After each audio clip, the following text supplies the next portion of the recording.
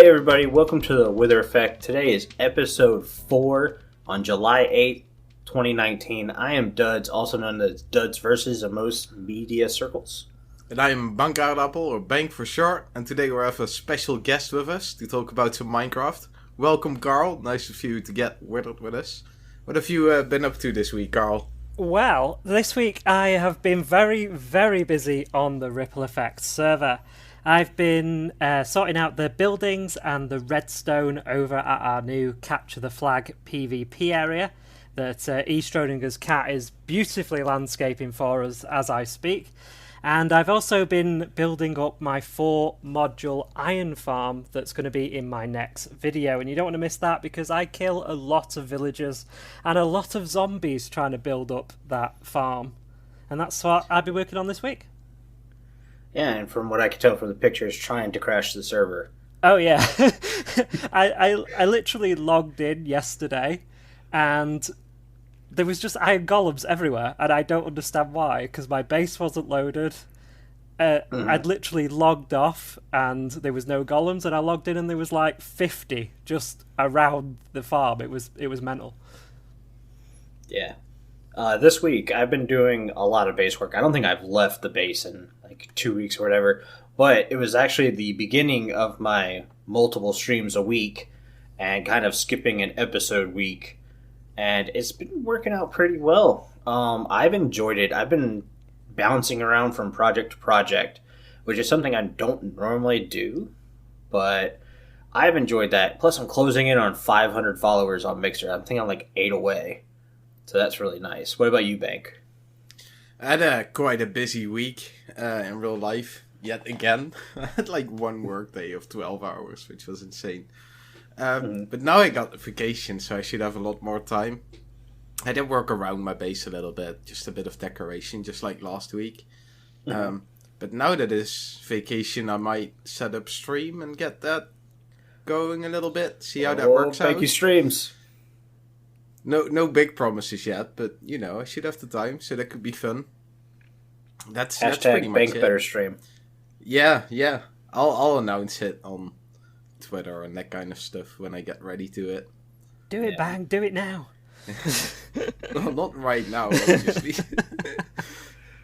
Yeah. Okay, so let's go ahead and just get into the Minecraft news because it's light news, technically, compared to what we're used to. So pre-release 2 for 1.14.4 has come out. This release, like, we're just going to do the big heavy hitter bug fixes and stuff. Villagers now stock more items. Villagers will now remember their gossip after becoming a zombie villager. Improved performance of villager pathfinding. Villagers can now work without also restocking at the same time.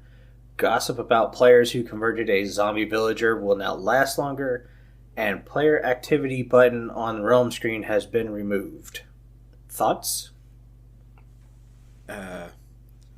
Not particularly. Yeah, improved performance of villager pathfinding is the one I'm kind of like, yay, because I planned on building a better trading hall in my base, and I saw that was giving a little bit of a pain to a lot of players. Oh yes, that is a big problem. When I set it's a thing that fixed. Yeah, I'm kind of excited. When I set up my villager trading hall, I find that the villagers will like literally lock on to workstations on the other side of the trading hall. I had to go around and put double carpet in and let them all out when it's work time to move about and stuff. It was so annoying, so I'm glad they fixed that one. Yeah. Well, that does sound like a nice fix indeed. I don't think any of us here play Realm, so that's just another fix that we're not too worried about. The gossip lasting longer will be nice, but I don't even really know the original time frame it lasts. I haven't really played around with the villagers yet in 1.14, so it's all... I haven't really looked into all that stuff yet, so it's pretty news to me altogether. Yeah. What about you, Carl? You said something about villagers now stock more items? Yeah, just on that zombie villager thing for a minute. I didn't realise there was a time limit on it. So that's interesting that there is, because I cured a zombie villager and then got him to talk to all my guys and wondered why some of them didn't, go down in trade price. So it's good that it's now longer on that one. Going back to, as you say, the stock more items. I watched a video by DocM77 who showed that at this current pre-release anyway, it's only villagers that are created in 1.14.4 that get the bump trades. If you have villagers that are from 1.14.3 or 1.14.2 or even 1.13, then they don't actually get that bump. They stay the same as they did in the previous version. And I could see that. I mean, it's hard to, back program a villager that's already been created and had his trades locked and things like that. So I wouldn't expect that to be technically fixed for 1.14.4. I kind of assume that's just the way villagers will be moving forward. Yeah, most probably. I would have thought it was like some underlying coding for the villagers that it would do it, but it seems, as you say, that it's per villager, and I think that goes back to when they added the 1.14 villagers and they needed a way to separate them from the 1.13 villagers. I think that's where that code comes in, and that's why it's separate between the versions. Yeah, gotcha. Also, we have a Ask Mojang video series. I know nothing of this. What do you guys know? I also know nothing, but it sounds like they're gonna do a video series themselves where they answer questions or something. Yeah, I think Mojang has been criticised for not being very transparent, especially with the 1.14 release and how badly that went, and them not really saying much about it. And I think this is their kind of way of putting that right, is to ask for questions using the Ask Mojang hashtag and taking questions from the community and actually answering it themselves in a video series. And I think that's kind of their way of getting back with the community after 1.14's main release. Okay. Hashtag Ask Mojang. Have you listened to episode 3 of the podcast? Take anything from episode 3 to improve Minecraft and just use it. You have our permission. Though I would like a Duds Easter egg in there somewhere. That's a good one. Dude, last podcast, I thought we did a lot of great work in how we would improve. Yeah, we came up with a lot of fun stuff. Mm-hmm. Especially those fireflies. They still stick there. I know, right? I would love some fireflies. There was some really good ideas in that podcast. It was brilliant. The creativity you guys were coming up with last week was just brilliant. Mm-hmm. Tiny Minecraft geniuses right here. We should do that more often, I guess, coming up with ideas for Minecraft. We should. That should be like a monthly podcast in itself. Or we just take ideas for a certain aspect of the game. Mm-hmm. Yeah. Oh, trust me, I told Bank one before we started the stream, or this podcast, and I'm thinking about making it next week's podcast title. Sure, let's do it. Okay. But we do have some listener comments to move on to, and Carl, this is all you written all over it, so I'm going to let you take this one. Yeah, it's a lot of my stuff in the first section here. Welcome to the Withered. This past Sunday, the 7th of July, was the Ripple Effect's birthday. Well, one the other day. And as a celebration of that, over the next 12 days from the date we're recording this, there will be images on our social media channels, which are in the show notes, showing off some of the great builds from the server. So we've got our End Island coming up, we've got the Nether Hub coming up, we have the Witch Farms, which are amazing. So make sure you follow us on social media to see some of those pictures up there. And that's all leading to a stream day that we're looking to have on the 20th of July. We haven't confirmed any times yet, but I'm sure you guys will have some information on that in next week's podcast. Yes, I can't wait. I love stream days. Those are really fun. We should definitely be doing a lot more of them. Definitely. Yeah, maybe I'll be streaming separately this time as well. Oh, big Who screen. knows? Maybe we should get you on the 20th, Bank. Yeah, that's a stream day, right? Yep. Yeah. Yeah. Okay, that's Bank confirmed for the stream day, ladies and gentlemen. Confirmed. Uh-oh. Yeah. Okay, but let's go ahead and start moving on to some of our main topics of this podcast. So, the way we've done it this week is a little bit different. Each one of us has come up with a topic we're going to talk about. So, my topic this week is called So You Want to Play Minecraft. Minecraft has really come around and become a huge whirlwind again after being basically dormant for, I want to say, 3 years. Kind of one of those games that, yeah, people are playing it, but it's not all over the place. And then all of a sudden now you have these really large YouTubers and Twitch streamers coming back to Minecraft. What started that, I don't know. But I'm sitting here and I'm watching some of these guys, and they are struggling in the game. And I mean, like, what I would consider basic day one items. Like, I don't know, they find a zombie spawner, and they have no clue what to do with it, so they just break it. And I'm just sitting there staring at the screen going, what are you doing? Just little things like that. And so this topic was like, if you could talk to these guys and tell them how you learned to play, what would it be? Like, for me, the way I learned to play Minecraft was watching a ton of Let's Players on YouTube's and stream.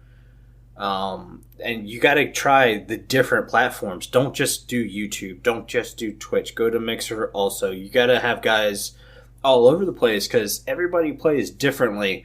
And you need to find, I don't know, how you want to play. And find someone who's playing a lot like you. And kind of, I wouldn't say copy, but let that be your inspiration. The other thing is you also got to know who's a troll and who's not a troll.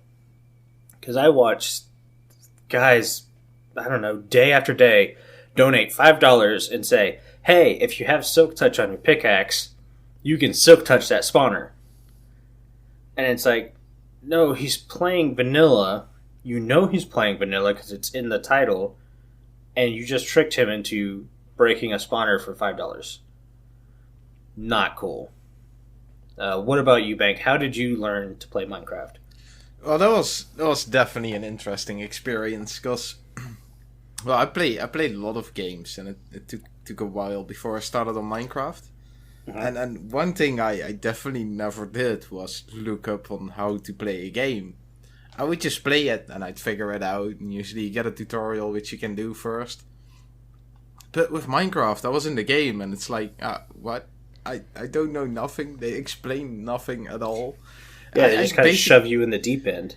Yeah, so I had to Google stuff, which then led me to the Minecraft wiki, which was and still is an amazing resource, I think.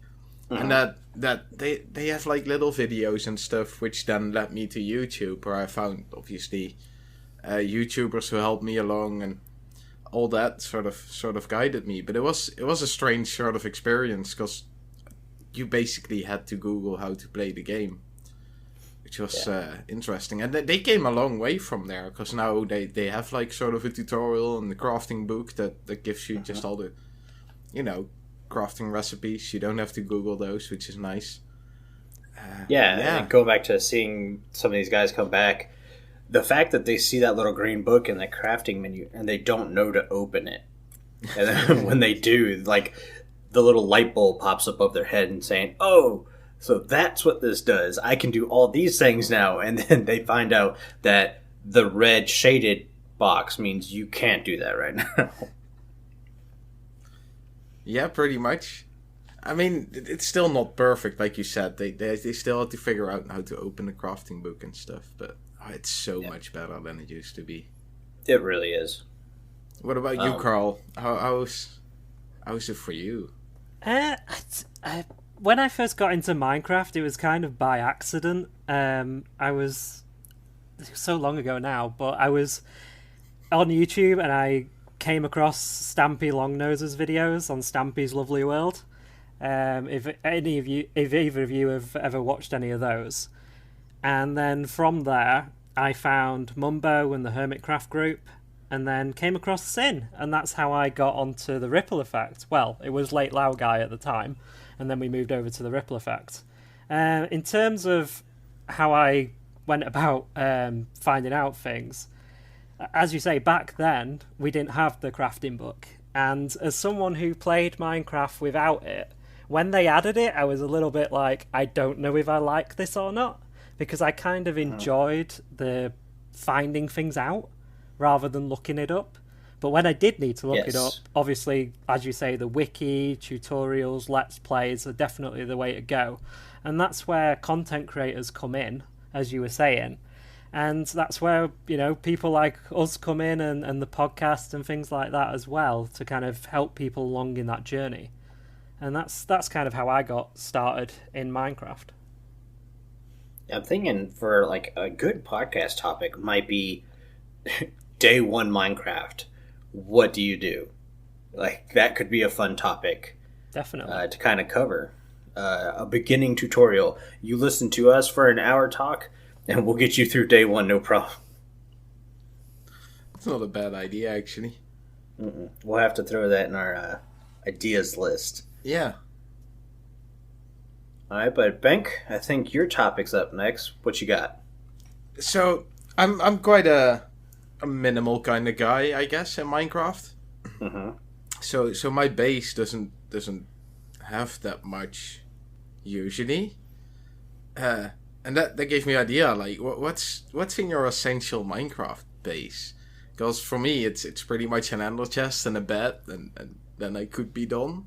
I mean, a few chests would be nice, but I don't need that many, because my ender chest is basically my storage usually. And then for the rest, I can gather things quite quickly. It's not too much work, I think. So basically, you're saying you live in a tent. Pretty much. I mean, I build bigger things just to sort of, for the fun of building it, right? And decoration and that kind of stuff. But I don't need that much as actual essential stuff. As well, normally I play on a server, so you're kind of spoiled for farms, right? Normally people do build. And then I've built one or two, but, you know, you can share a lot, which is awesome. If I wouldn't play on a server, though, I definitely have some kind of food farm and like an iron farm. Those are definitely kind of essential things to have. But yeah, I was curious, what do you guys, because I know you guys are a bit more elaborate on that kind of stuff. Yeah, I'm really elaborate when it comes to that stuff. So a storage room is basically the first room I build in a base. Once I have the general shape of a base I want to build, which is usually inside of a mountain. If anybody's watched any of my videos for any amount of time, I'm inside a mountain. Yep. Yep. And the way I do the storage room is I like to have the blocks kind of laid out in front of me. So even if it's not every individual block, I want to see the plank versions of the woods so I can get color palettes, and I'll put stone blocks near stone blocks, or craftable blocks near craftable blocks, and dyes near like wools and concrete and stuff like that. Because there's many times I'll sit there like, okay, I want to build this room. I need a pallet. So I just go and stand in front of my storage section and stare. And it's like 15 minutes of my guy not moving, but he's just looking at my storage room. But that's how I create pallets. So the storage room is just a super essential room for me. And I mean, that's where you have the auto furnace. I've got trash cans built in there. I usually have some kind of overflow storage built in. Stuff like that. Now, when it goes on to building farms, I love building farms, but I'm always super conscious of server lag. So all my farms are relatively on a small scale. And that's because I sit for 15 minutes in front of my storage room looking at my pallets. So the farms are just kind of always running in the background. They're not really doing a lot of cause. I'm not going to get a double chest of items in an hour. Not a single one of my farms can do that. It's just the way I built. I mean, I built a kelp farm that is I've already filled up 3 shulker boxes full of dried kelp blocks. And it's like, at this point, do I just go ahead and start throwing these things away? Because obviously I don't need any more. I'm probably good all season. Same with my wool farm. I built a wool farm a couple episodes ago. Well, their double chests are practically full now, so I'm going around and I'm shutting the wool farms off. It's just, I don't believe in large-scale farms unless they're community-wise. And so I'll design my base around tiny farms. Heck, I built a single-cell iron farm for the first time in this base because we weren't going to have a large-scale iron farm for a while. But then Magoo and Carlock built a giant iron farm and we're giving it away. But that's different. Plus, I just started building aesthetically in my base. Usually, if it wasn't functional, I didn't build it. And this is kind of the first season I'm pushing into the aesthetic ideas of an essential Minecraft build. What about you, Carl?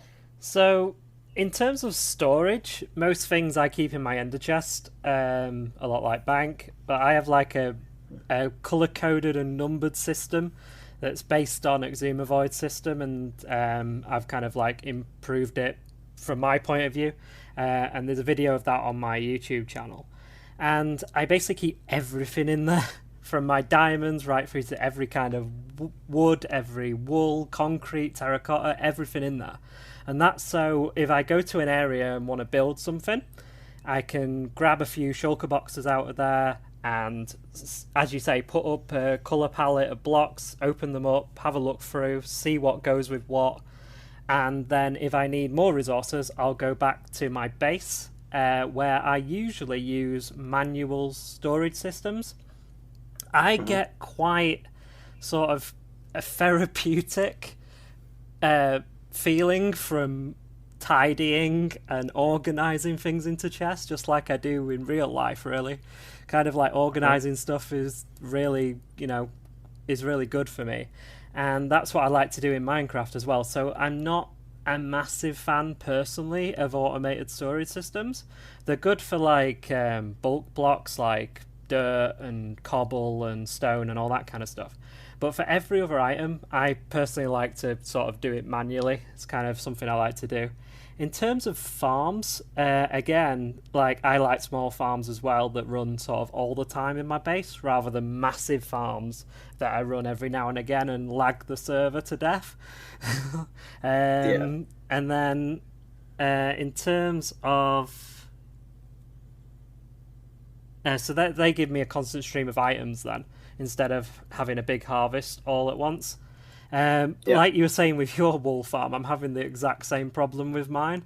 I now have double chests and shulker boxes full of purple wool. And you know what? I don't need any purple wool. That's the worst thing about it.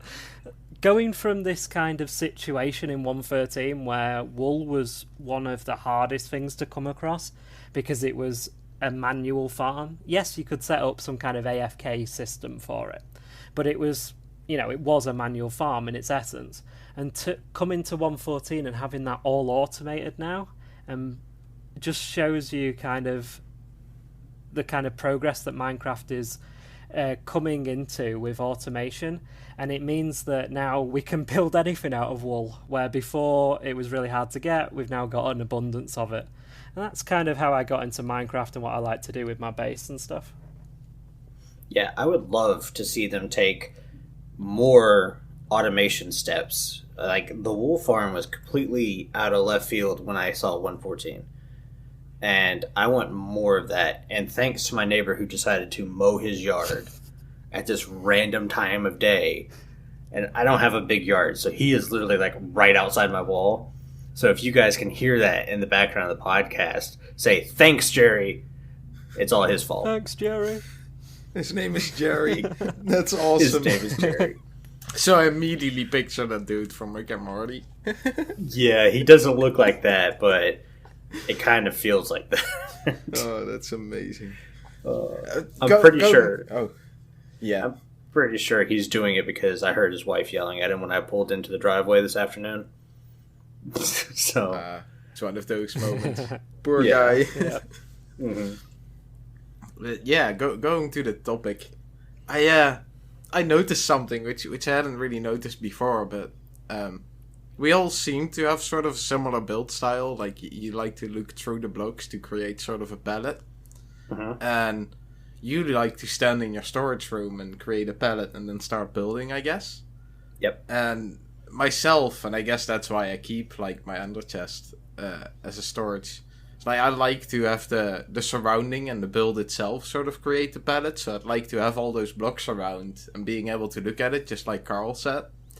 It's just kind of interesting that the way you kind of build stuff makes how you do your storage. Because storage has always it's always a big discussion in Minecraft on how you do it, and there's so many ways on how you can do it. And this sort of gives an extra interesting insight into it, like why people choose certain types of storages. Yeah, I mean, for this season, I really thought about how I get ready for a project. How do I go build something? And I have found the way I normally do things is I grab a bunch of random blocks, fill shulkers full of blocks, go build something, come back, and now I have these shulker boxes full of random blocks.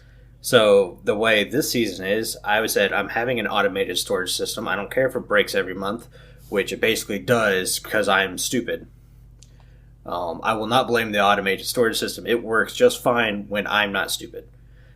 But yeah, I could literally just throw a bunch of shulker boxes into this shulker crusher thing I came up with, a shulker box unloader per se, and it just runs automatically through the system. It puts everything back nice and neat. Everything is exactly where I know it's going to be because the automated machine does it. Now, the downfall is if I have 2 full shulker boxes that I need to run through this machine, I better be prepared to sit there for 30 minutes to let it work. Ooh. And that sometimes stinks.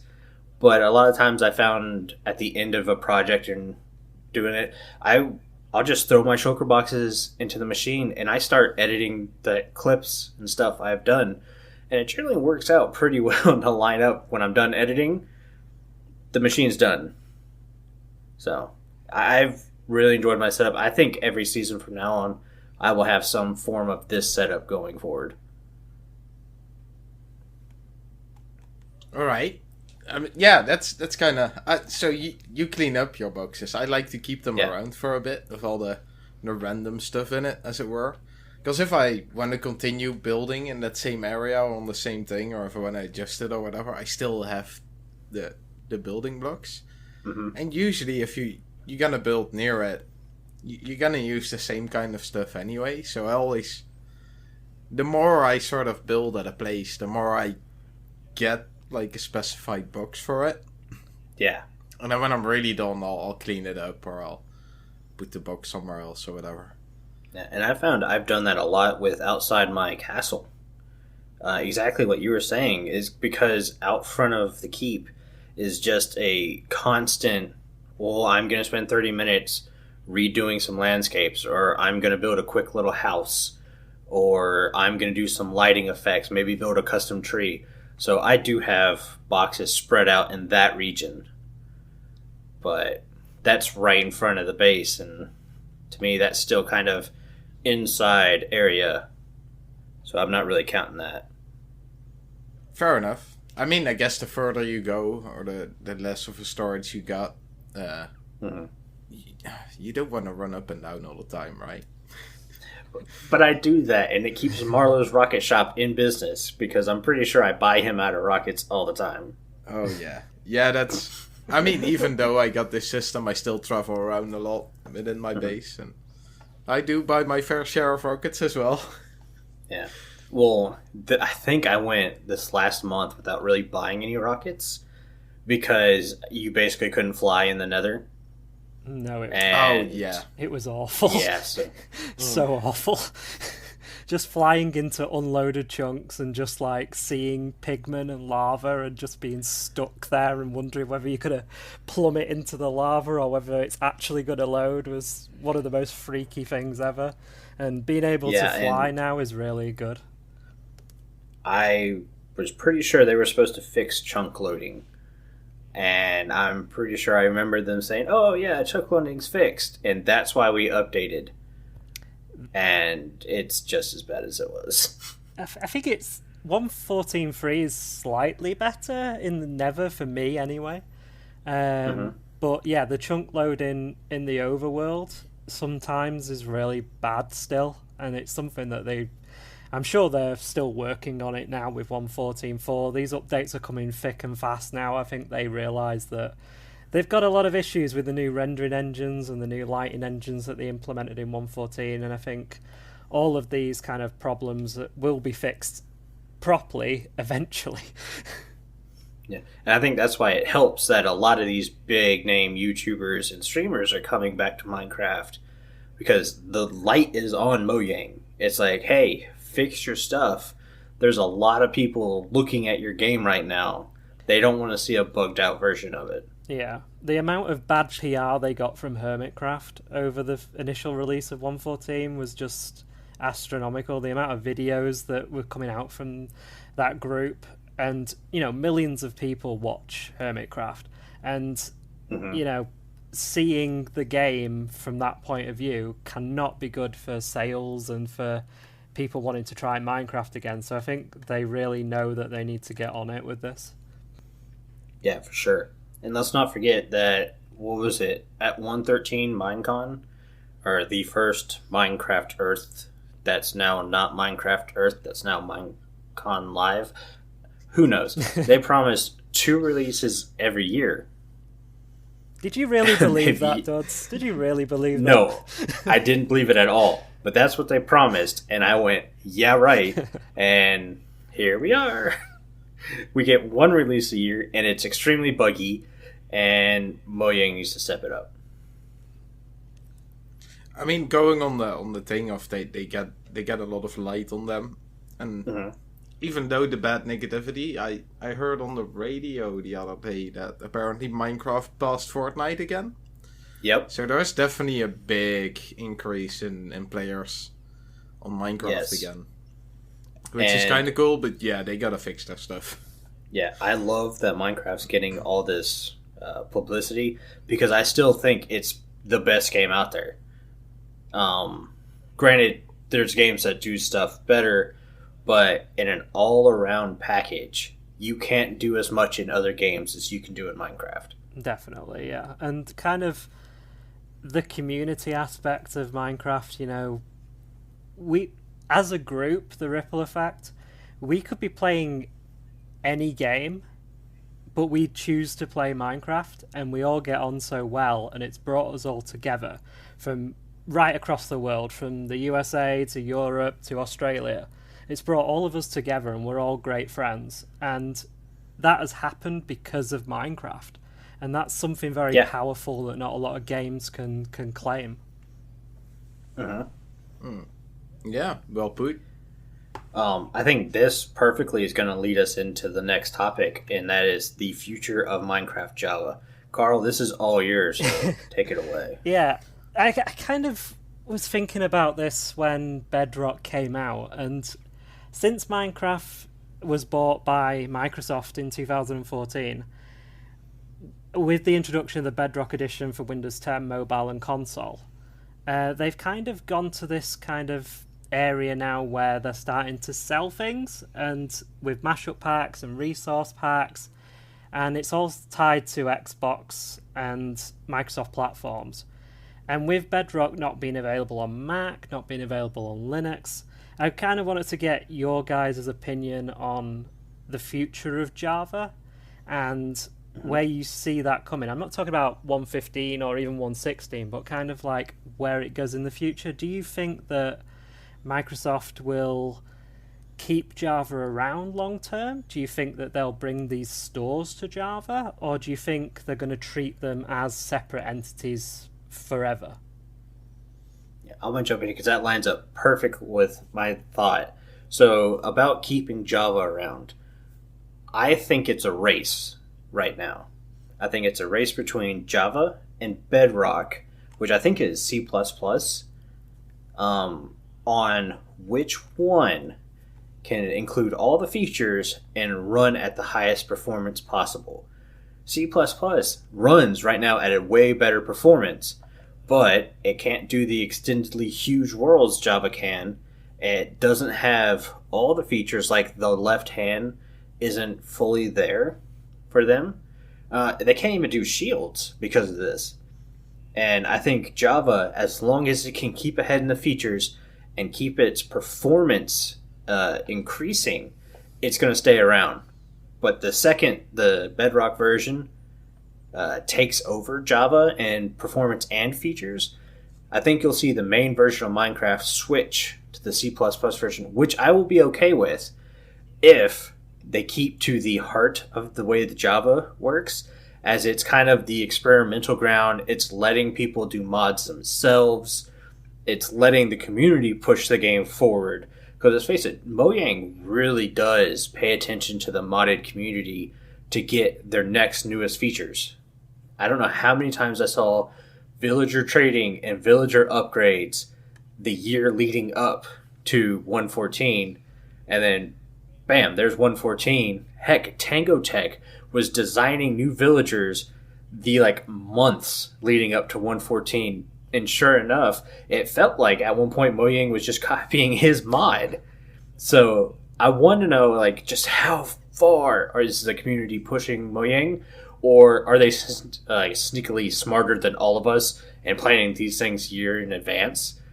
But as long as Java can continue to push forward, and they really just need to focus on their performance, the community will show them where they need to go creatively. They will stick with Java. But the second Bedrock overtakes them in features, Bedrock will take over. They'll ditch Java. Which will be a problem for, C++. Everyone. Well, yeah, but C++ runs on Windows, fine. But the reason Java was, I don't know this for sure, but I would guess the reason Java was chosen originally was because it was cross-platform. And yes, to limit it to Windows, you guys know this, but the audience probably don't. I'm a Mac user, and them trying to keep it Windows only concerns me. There's rumors that Minecraft Dungeons will be Bedrock powered, so it will be Windows only. It won't be Mac or Linux, and that kind of rubs me up the wrong way a little bit. We'll have to see whether they actually do that or whether they do make it cross-platform. But I think to kind of the community aspect of Minecraft, of including everyone, I think is very important. And I think to limit the platforms that Minecraft can be played on is heading in the wrong direction. Well, yeah, I don't think that's something they'll let happen. I think for Bedrock to take over Java, it's got to be able to do Macs. It's got to be able to do Linux, because there are still people who play with Linux.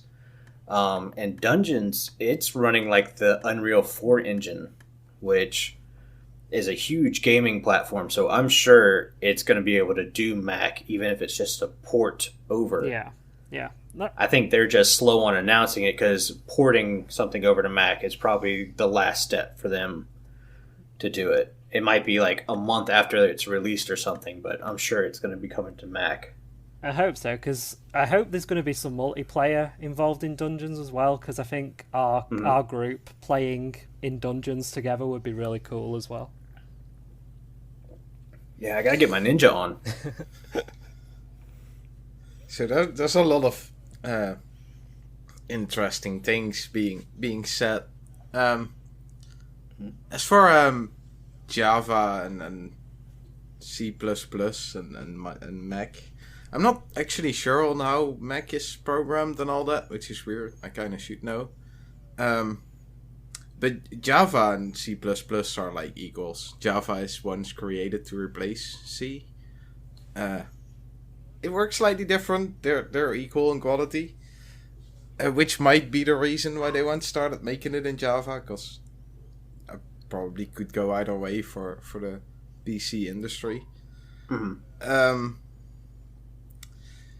I guess when it comes to Bedrock and the Java version, I remember us having or me and Dutz having a conversation about this like long time ago. And I remember saying that one thing I think makes Java work so well. I mean, a big part of the community is like the Redstoners and the technical guys, right? Yep. And Java does sort of create the weird kind of bugs that aren't bugs that we like to use within Redstone. Take the butt powered, for example. It's a bug. It's not supposed to happen, but it's something that happens, and that we're happy to work with. We kind of use it. A lot of the farms are sort of based on those kind of little glitches and stuff. Mm-hmm. Bedrock always seemed too streamlined to have those kind of things. So, unless they sort of lose their perfection, I guess, it's gonna be hard for them to surpass the Java version of Minecraft. Also, like you said, modded is such a important part of Minecraft, and in a lot of games actually. A nice example, Skyrim lasts really long already, mainly because of their like modded community as well. I don't think Minecraft will, or Mojang will step aside from that. That would be, they would really rub against their community, I guess. Yeah. So for that, I think the Java version is at least safe for a long time. You said that when Bedrock Edition is gonna get more features than Java, they might run risk. Yeah. Yeah, I guess you could be right. I'm not sure. It's really tricky because they gotta stick true to Java Minecraft, I guess. That's the Minecraft probably most people know and like. Yeah, and my theory is that this isn't going to happen for a long time. I still think the Bedrock version is a ways behind. But when I started playing Bedrock was like 3 years ago when 1.8 Minecraft for Java just came out. I remember I had one door. I could have a wooden door, and that was it. And I remember looking over in Java going, wait, you can have like 6 different doors? And I literally bought a $450 PC to build. Built my PC just so I could play Java Minecraft and have 6 doors compared to the one. And now you look at Bedrock and it's almost neck and neck with the Java edition, but they're still just, especially the not infinite world. To me, that's what's going to hold Bedrock back, is the fact that they can't have the world sizes Java has. And Java's made to just keep going and going and going and going. I don't see it happening for a long, long time. But that's one of the big features Bedrock would have to fix for it to even have the slightest chance of dethroning Java. I think that's gonna be a problem for Mojang to solve as well. I think they're fully aware of that issue. Like, Bedrock and Java aren't the same. They're getting closer and closer to each other, and it seems like they're working towards merging. But I think Mojang knows very well that they can't get rid of one of the two. They gotta keep... Yeah. Like, you can't merge it and keep both parties happy, and both parties are so big that you can't lose one. They have something to work out. But I'm not too afraid that they'll mess things up too badly, because they'll lose such a big player base if they do. Mm-hmm. Yeah, because even when I was talking earlier, Minecraft was kind of in the bottom dwelling popular games list for a while. It still was a huge game. Mm-hmm. Like, it wasn't like there was maybe 1,000 people playing online at a time. There were still millions of people playing this game on a daily basis. Well, it's a really accessible game, right? It's quite a cheap game. It's like what, $20 or €20, that kind of. Yeah. It's fairly cheap. Mm-hmm. You don't need a really strong PC to run it. Like, you can run this fine on like a 10-year-old laptop. Well, fine is maybe a big word, but you can run it. I mean, you can play the game if you want to. You know, it's so accessible, which is great for like kids, obviously, but I think also for adults, anyone really. Yeah, I think it'll be good for the future of Java for now, definitely. Yeah, and I think hang on, Carl. I'm going to jump in and I'm going to let you finish out your topic. But I think the Microsoft purchase could only have helped Mojang, and just by the fact that it gave them a bigger ladder to stand on. Because I think Microsoft understands Mojang's in full control, and they're letting Mojang have the reins. They're just like, hey, here's a bar. Can you hit that bar? And Mojang's like, well, we can do this. And Microsoft just goes, here's some money. Find a way to get there. Well, not to forget the experience and knowledge Microsoft has and can share with Mojang. Like, they can teach Mojang a lot about, well, the technology, right? I mean, Microsoft's still a giant company, and they're going to find ways to make money, such as what Carl was saying, the Xbox Store, where they're charging for skins and maps and stuff like that. To me, that's all well and good, because those are optional things. If you don't want them, you don't have to buy them. And Minecraft is such a, you want it, you can build it game. So as long as they don't put important things behind paywalls, I'm okay with stuff like that. Yeah, at the end of the day, they're a company and they need to make money.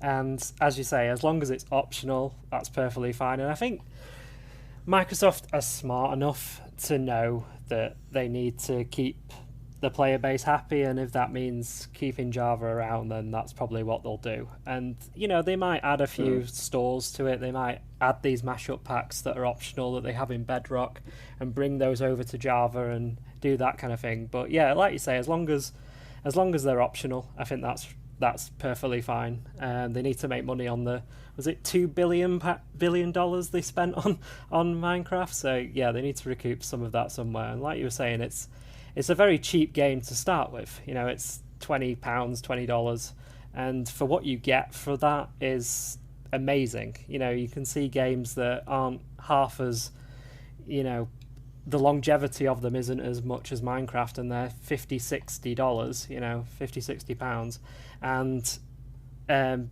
you just get so much for the price. It's awesome. And when you were saying about being able to run it on anything, I have a server, my own personal Minecraft server that I play on with some of my friends, and that's actually hosted on a Raspberry Pi in my room, and it works perfectly fine. So running on that little processor and that little amount of RAM, it is quite astonishing that the game can run on something so underpowered, I think you'd probably say. But yeah, it's an amazing game. Yeah. It's I bought this game for $25 3 years ago. I haven't had to put a dime into the game since then, and it's been my daily driver game for 3 years. Like, I think at most I've maybe not played it for a month or two in 3 years. So the fact that I'm not having to constantly pay, I remember buying NFL Madden every year, and it got to the point where it was just a roster update, and now I'm over here playing Minecraft where I spent $20, and I'm getting free updates on a yearly basis that just are constantly expanding the game massively. Yeah. You can't find that anywhere else in most AAA games. Well, not to mention they don't really have a steady stream of income. Well, they're starting to get it now, which is, I guess, why all the little transactions get in there. But up until now, they did it by people just buying a copy of the game, and that's it. And they've been able to update it really a lot. I mean, if I compare this to, well, other games, the only one I can think of is Skyrim. And for the rest, you had things like World of Warcraft that last as long, maybe a bit longer. But they need like a monthly payment, right, to get all the services running and to keep it running and all that. Yeah. Microsoft didn't need it, well, until now. And I guess that's another thing. The little transactions they do in the Bedrock edition, which is luckily away from me, they're obviously there to help improve all aspects of the rest of the game. So it's sort of a bonus for us that they do it, although it looks a bit terrifying maybe. Well, I mean, you look at a new, younger kid, let's say a middle school kid's picked up Minecraft. He wants to play Minecraft with his friends, so his friends bought Minecraft. Well, now they need a server to play on. Servers aren't easy to set up on your own, so Minecraft gives you the option for a realm, which is straight up Mojang saying, here's what you need to play Minecraft. Just play. Don't worry about anything else. And stuff like that is awesome. Not to mention loading custom skins on Java Edition. While it's not super hard, but someone who doesn't know how to work that system might just go, wait, I have to go to some random third-party website to create my own skin, but I really want a skin that just looks like this. Well, the Bedrock version has a skin that looks just like this in a store, and I can pay $2 or whatever it is for the skin, and now I get to play as my favorite movie character. So stuff like that is really cool to me. Yeah, kind of making it more accessible and making it so new players can jump straight in and get the skin and get a mod pack or get a mashup pack like the new Toy Story 4 one that they just did. And kind of having that kind of ability without having to mess around with server files and all these different skin designers and things like that. For a group like us, setting up servers and doing all the kind of admin-y stuff in the background, which is a lot more work than people would imagine. I've been doing a lot of it over the last few days. And just taking all that burden away from people and putting it onto Mojang and saying, for this amount of money a month, we'll sort all that for you, I think has really helped them to get to the position that they are now as the world's best-selling game. For sure. But I think we're going to wrap it up there. Bank, do you want to go ahead and lead us out? Yeah.